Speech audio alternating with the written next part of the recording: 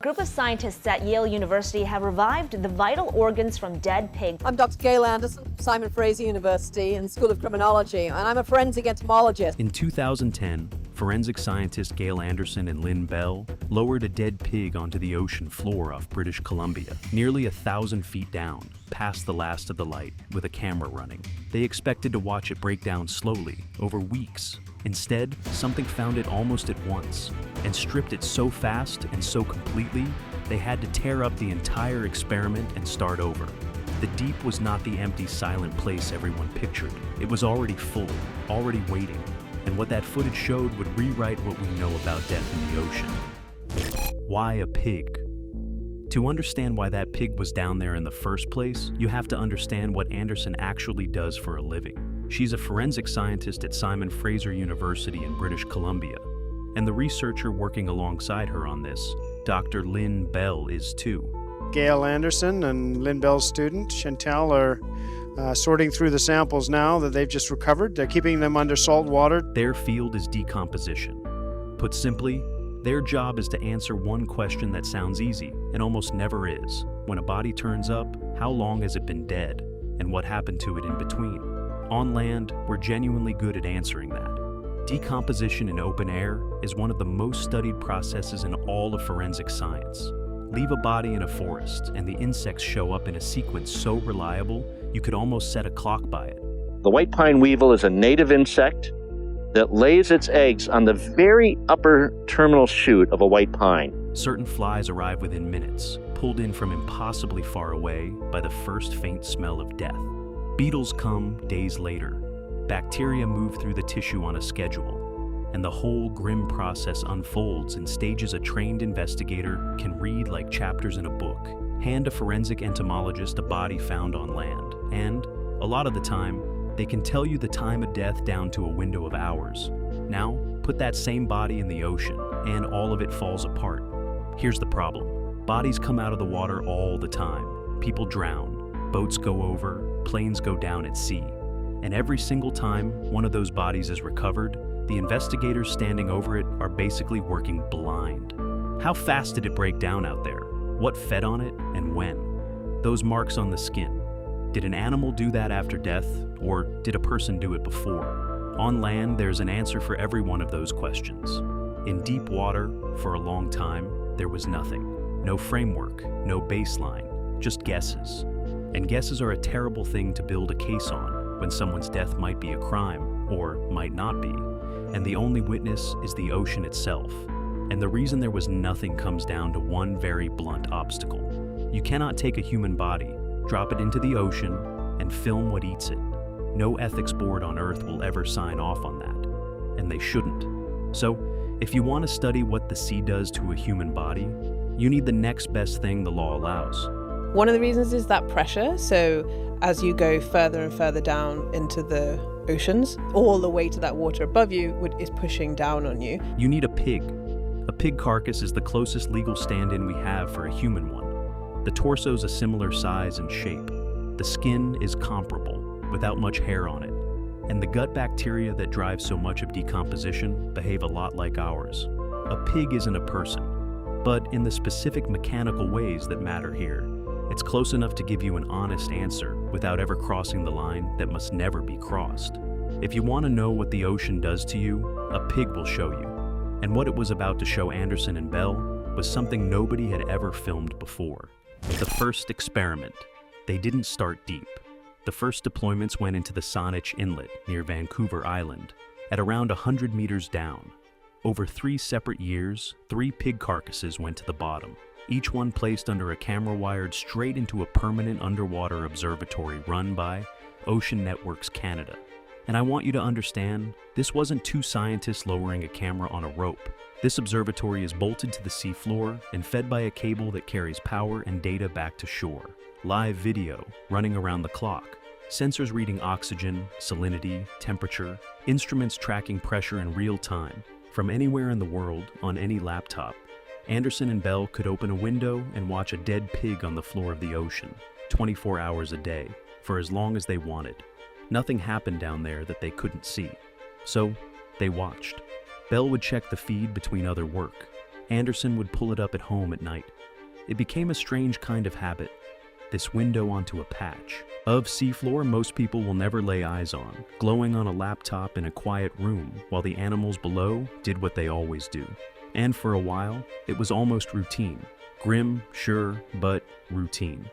The scavengers showed up on schedule. The tissue came away piece by piece. The numbers roughly matched what the science predicted they'd see, and then it stopped being routine. What they saw in those first shallow runs was grim, but mostly what they expected. The scavengers came fast. Dungeness crabs, squat lobsters, spot shrimp, all converging on the carcass within hours. They went for the openings first, the mouth, the eyes, any break in the skin, pulling tissue away in small, patient pieces. It was methodical. It didn't stop. Within weeks, the carcasses were dramatically reduced, worked down by an army of little animals, each taking its share. And then, on day 2 of one deployment, the camera caught something no crab could ever do.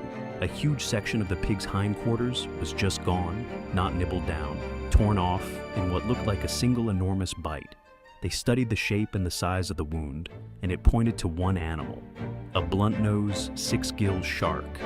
It's one of the largest predators in the Pacific, a heavy, slow, ancient-looking thing that can reach around 5 meters long. It spends almost its whole life in deep water, far below where people ever meet sharks, which is exactly why you've probably never heard of it. It rose up out of the black, took one bite, and disappeared, and that one bite reorganized the entire scene. The gash it left behind became the new center of everything. Every crab, every lobster, every shrimp that had been calmly working the body's natural openings abandoned their spots and swarmed the wound the shark had opened.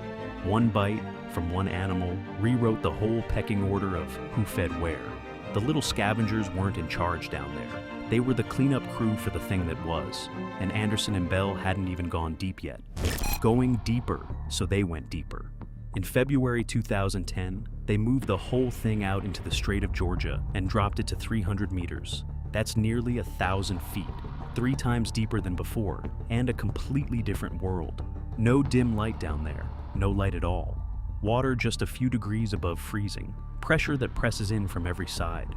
This is where they wanted a body to sit quietly on the bottom while the cameras documented a slow, careful, weeks-long breakdown. That's not what they got.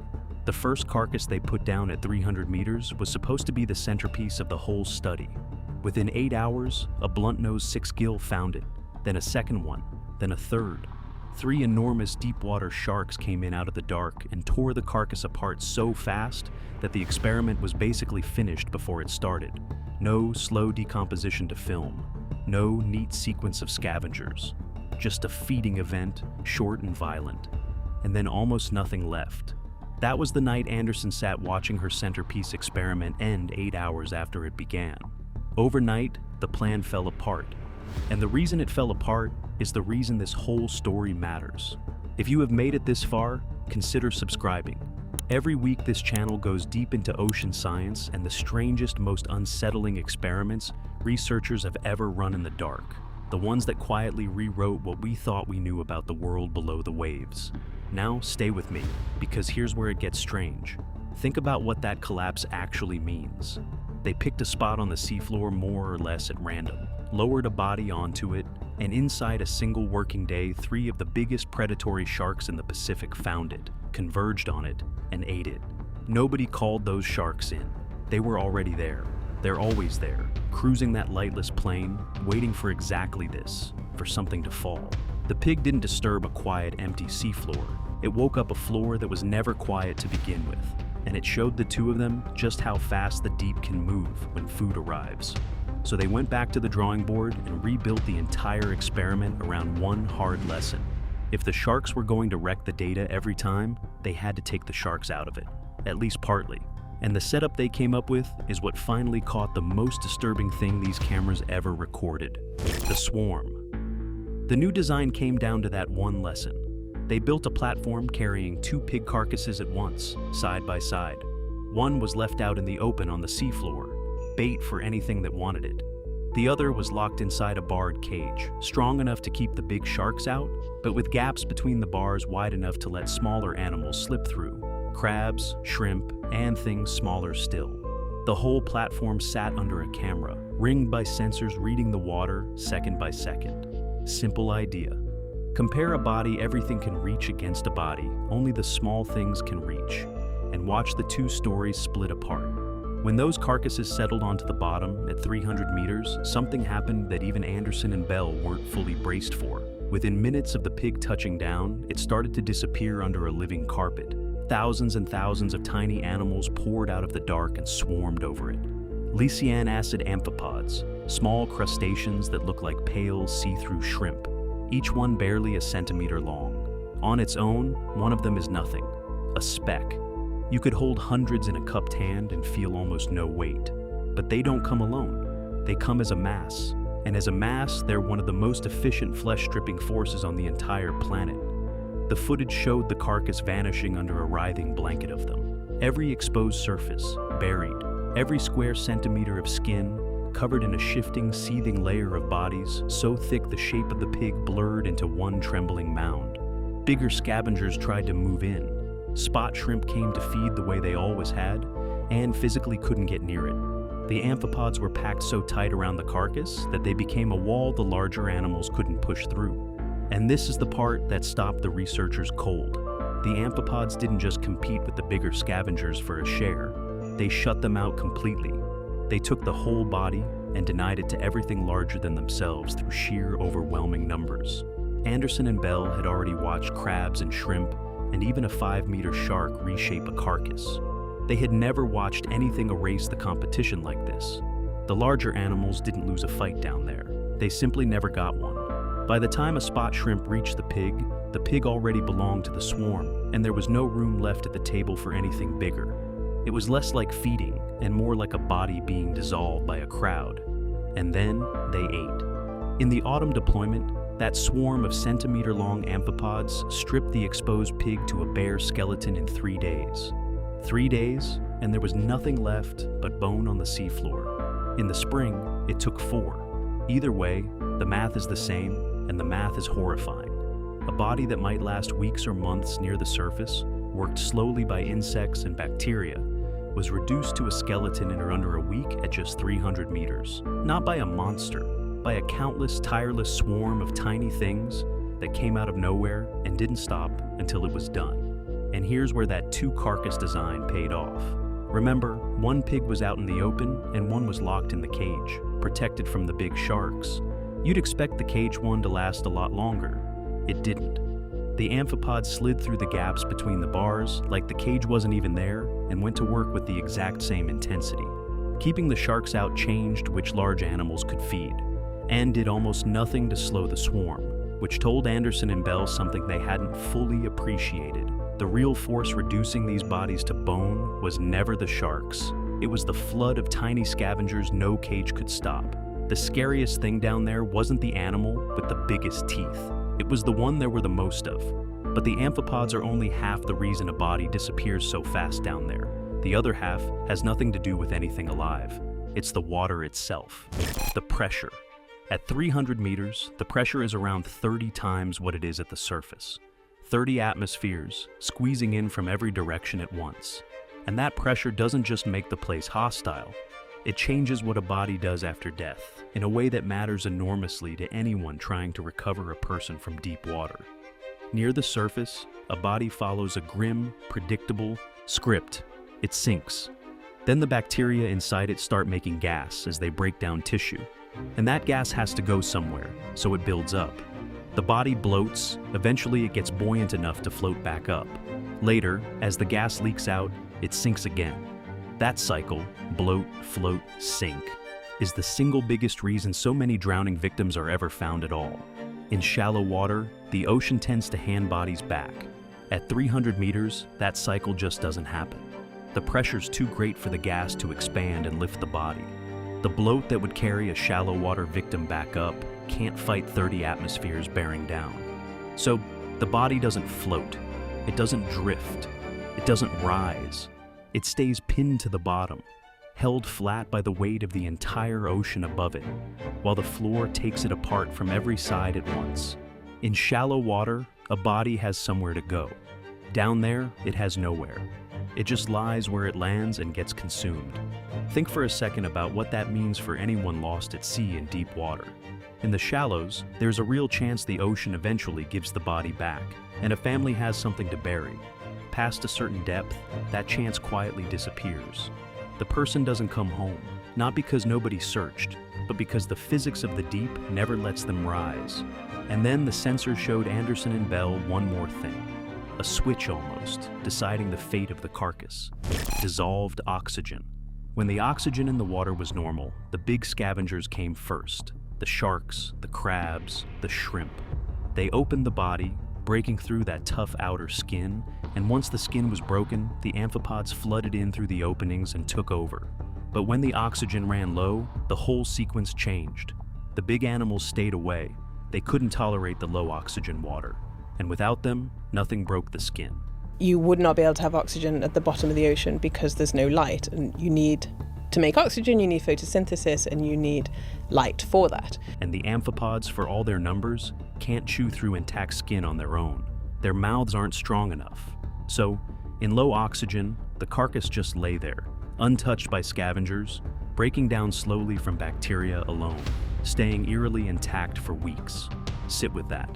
The difference between a body stripped to bone in 3 days and a body lying almost perfectly preserved for weeks came down to nothing but how much oxygen happened to be in the water around it. Two identical bodies, dropped a few meters apart, could tell two completely different stories. And the only thing writing the difference was something you can't even see.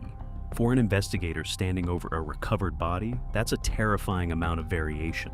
But it also ties this small, strange pig experiment to something enormous. Something marine biologists have watched with a mix of wonder and unease for decades. Whale falls. Everything. Anderson and Bell filmed happening to those pigs is a miniature version of one of the strangest events in the whole ocean. A whale fall. When a whale dies, it eventually sinks. And a whale is not a pig. A single carcass can weigh anywhere from 30 to 160 tons. When that much flesh and bone hits the deep seafloor, it doesn't just rot. It becomes an ecosystem, an island of life and death on a plain that's otherwise close to empty. And it plays out in stages, over a span of time that's honestly hard to believe. First come the mobile scavengers, hagfish, those primitive eel-shaped animals that tie themselves in knots and produce slime by the bucket load, show up alongside sleeper sharks and other big deep-water hunters. They tear into the soft tissue, and there's a staggering amount of it. This first stage alone, just stripping the flesh, can run for months, sometimes years, as animals travel from across the seafloor to reach a resource that dwarfs anything for miles. And to feel how big a deal that is, you have to picture what the surrounding seafloor is actually like. Most of the deep sea floor is a near desert, a vast plain of fine sediment where food arrives only as a slow drizzle of tiny particles sinking from far above. Life down there is thin, scattered, scraping by. And then, out of nowhere, 30 to 160 tons of flesh and fat and bone come crashing down out of the black. For the animals of the deep, a whale fall isn't a meal, it's an event. Like a forest suddenly appearing in the middle of a barren plain, and they come for it from astonishing distances, guided by nothing but the chemistry of decay drifting through the water. Then the next wave arrives, the opportunists. Crabs pick at what's left. Polychaete worms and snails and a whole crowd of animals move onto and into the carcass, colonizing it, working the bones and the leftover tissue, taking every last scrap. That stage can last years on its own. And every one of those animals is doing, at a massive scale and over decades, exactly what the amphipods did to that pig in 3 days. Same job, same patience. The whale simply buys them more time, because there's so much more of it to take apart. A pig is a snack the deep finishes in an afternoon. A whale is a feast it stretches across a lifetime. And then, once the flesh is gone and only the skeleton remains, the strangest resident of all shows up. A creature so bizarre that scientists didn't even discover it until 2002. Its name is Osedax, which in Latin means bone devourer. Its common name is worse and more honest: zombie worms. What they do is genuinely hard to picture. An Osedax worm has no mouth, no stomach, no gut of any kind. It can't eat in any way you'd recognize as eating. Instead, it burrows into the whale's bones, using structures that grow like roots, and those roots leak acid that dissolves the bone from the inside. The worm doesn't chew bone, it melts it. And as the bone dissolves, bacteria living inside the worm digest the fats and proteins that get released. So the worm feeds itself by liquefying a whale skeleton from the inside and letting the bacteria it carries feed it back. In the most literal sense, it's a living thing that dissolves its own food and drinks it. A single whale skeleton, slowly dissolved by these worms and shared among hundreds of other species, can keep a thriving community alive for 50 to 75 years. Think about that. One dead whale, resting in total darkness at the bottom of the sea, can host generation after generation of animals for the better part of a human lifetime. It becomes a self-contained island of life in the middle of the deep sea desert, blazing with activity for decades before it's finally completely gone. The pigs Anderson and Bell dropped were tiny next to that. A pig is not a whale, but the principle they were watching on their screens is exactly the same principle that runs a whale fall.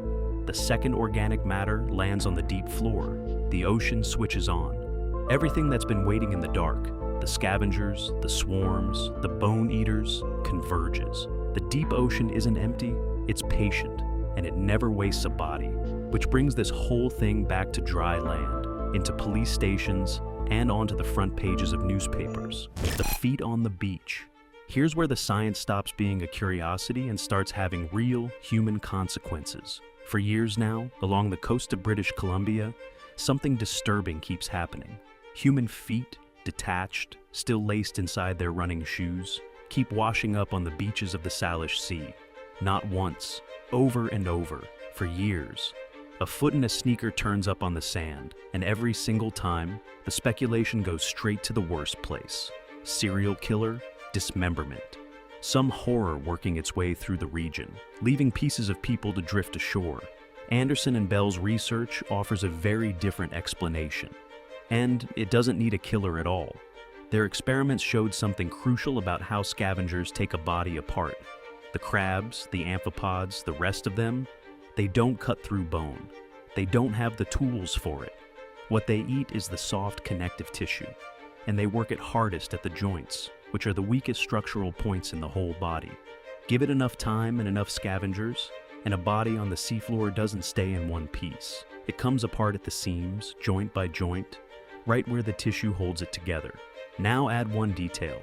A modern running shoe, with its foam sole and sealed construction, floats. So, picture it. A body settles on the bottom. Scavengers work the connective tissue at the ankle, one of those weak joints, until the foot separates cleanly from the leg. And that foot is wearing a shoe that floats, so it lifts off. It drifts up and away from the rest of the remains, rides the currents, and eventually washes up on a beach, laced neatly into a sneaker, with no sign of the body it came from. No violence, no blade, no killer. Just the ocean, doing exactly what the pig experiments proved it does. The feet on the beaches of the Salish Sea aren't evidence of a monster. They're evidence of how thoroughly and how naturally the deep takes a body apart. And once you understand that, the panic that greets each new foot on the sand starts to look like something else entirely. A failure to understand the ocean, not evidence of a crime. The shoe didn't wash up because someone did something terrible to a person. It washed up because a foam sole floats and connective tissue doesn't. And the deep is very, very good at finding the difference between the two. And the research turned up something even more unsettling for investigators. The damage scavengers leave behind can look a lot like the damage left by human violence. A shark bite can resemble a stab wound. The feeding pattern of crabs working an area of tissue can look like deliberate mutilation after death. To an investigator who doesn't understand what the deep does to a body, natural scavenging can look exactly like the signature of a crime, which cuts both ways, and that's the frightening part. A natural death could get mistaken for murder, and just as easily the marks of a real crime could get written off as animals. The stakes here aren't academic. They sit in evidence boxes and in courtrooms. This is the quiet value of what Anderson and Bell built. Before their work, an investigator handed a body from deep water had almost nothing to compare it to. No real sense of how fast the ocean should have changed it, or which of its wounds were natural. The pig experiment started filling that gap. A missing chunk of tissue, a joint come apart. a body found strangely intact after weeks in the water. Each of those can finally be read against something instead of against nothing at all. But step back from the forensics for a second, because there's a bigger, stranger idea sitting underneath all of it. And it's the part that stays with you. The shallow end of the deep. 300 meters isn't deep. That's the thing almost nobody takes in. Everything you just heard, the sharks in 8 hours, the swarm stripping a body to bone in 3 days, the pressure pinning a corpse to the floor, all of it happened in what's basically the shallow end of the deep ocean. Look at the numbers. The average depth of the world ocean is around 3,700 meters. The deepest known point, the Challenger Deep in the Mariana Trench, drops to nearly 11,000. Against that, the 300 meters where these pigs went is almost nothing, a toe over the edge. And even there, barely into the dark, the response to a fresh body was instant and total. A whole ecosystem mobilizing within hours. So the deepest part of the Mariana Trench is called Challenger Deep, and that part was first explored in the 1960s. And that's the part that should make the hair on your neck stand up. Not that the deep is dangerous, everyone already assumes that. It's that the deep is this alive, this close to the surface. 300 meters barely counts as deep at all, and it's already a place that can erase a body in 3 days. The hungry part of the ocean doesn't start at the bottom of the world. It starts almost right below the light. So follow the depth down in your head. That pig went about 1,000 feet. Now send it 10 times deeper, 10,000 feet, down toward the average depth of the entire ocean, where the pressure would crush a submarine hull like an empty can, where the water sits a whisper above freezing, where sunlight hasn't reached in the whole history of the sea. And nothing you just watch stops. If anything, it gets worse. Life is still there. Scavengers still patrol that impossible dark. Amphipods still swarm. Sleeper sharks still glide through water that's never known light, following the chemistry of a body to the next arrival. Everything that took 3 days at 1,000 feet only gets faster, hungrier, and more certain the deeper you go. The pig never had to make that trip for us to know what's waiting at the bottom. The shallow end already told us. And that might be the most unsettling thing this whole experiment showed us. We picture the deep sea as hostile because it seems so empty, so cold and lifeless and alien. It's the opposite. The deep ocean is hostile because it's full of things that are extraordinarily, almost unimaginably good at making other things disappear. A pig gone to bone in 3 days. A whale skeleton dissolved over 3/4 of a century. By worms that drink liquefied bone. Nothing that sinks to the bottom of the ocean stays whole for long. The deep doesn't preserve what it's given. It recycles it completely with a patience and an efficiency it's been perfecting for hundreds of millions of years. So the next time you stand at the shore and look out across the water, flat and calm and empty, all the way to the horizon, remember what's underneath. Somewhere down there, in permanent darkness, the floor of the ocean is alive with things that have spent longer than we can imagine perfecting a single skill. They're patient, they're efficient, and they are always, always hungry. If this changed the way you think about what's under the surface, subscribe so you don't miss the next descent into the science of the deep. And tell me in the comments, if you had the chance to drop a camera to the very bottom of the ocean and finally see what's waiting down there, would you take it, or are some places better left unseen?